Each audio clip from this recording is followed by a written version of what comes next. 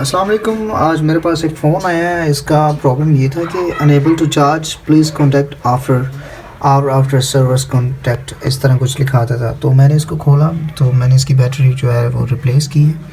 उसके बाद ये अच्छे से चार्ज कर रहा है। You can check it out. मैंने इसको अभी खोला हुआ है तो अभी मैंने इसकी बैटरी निकाल दी है, ये वाली बैटरी डाल दी, तो ये अभी बिल्कुल ओके चार्ज कर रहा है।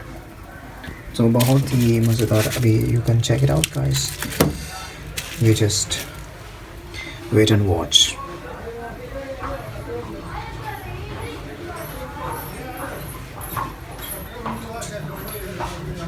This is charging.